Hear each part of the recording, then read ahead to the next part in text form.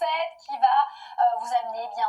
de l'ensoleillement, mais du froid aussi, un changement un peu radical par rapport à ces derniers jours très pluvieux. Les précipitations se poursuivent, pluvieuses et neigeuses d'ailleurs, vers le sud-est du pays, mais on a un changement au niveau de la vigilance. On a encore deux départements en vigilance crue, orange pour l'Aveyron et rouge toujours pour l'Hérault. Ça devrait normalement nettement s'améliorer car le temps s'assèche en Méditerranée, Mistral et Tramontane seront là. À l'arrière, évidemment, et sans surprise, beaucoup d'humidité résiduelle, donc un ciel très nuageux pour être tout à fait transparente, et puis du vent, un vent de secteur nord-est continental généré, comme je vous le dis depuis plusieurs jours, par l'anticyclone qui va commencer à apporter de la lumière, et ça tombe bien puisque c'est bientôt Noël. On continue avec l'évolution du thermomètre, ça c'est aussi important, une nuit froide nous attend quand même avec de -1 à 2 degrés sur la plupart des villes françaises, sauf vers l'Atlantique et la Méditerranée où il fera un peu plus doux si on peut dire, et puis durant la journée, là on gardera une forme de douceur par l'Atlantique, on aura quand même de 10 à 12 degrés, des valeurs de saison de 4 à 7 sur le nord-est du territoire, et évidemment jusqu'à une quinzaine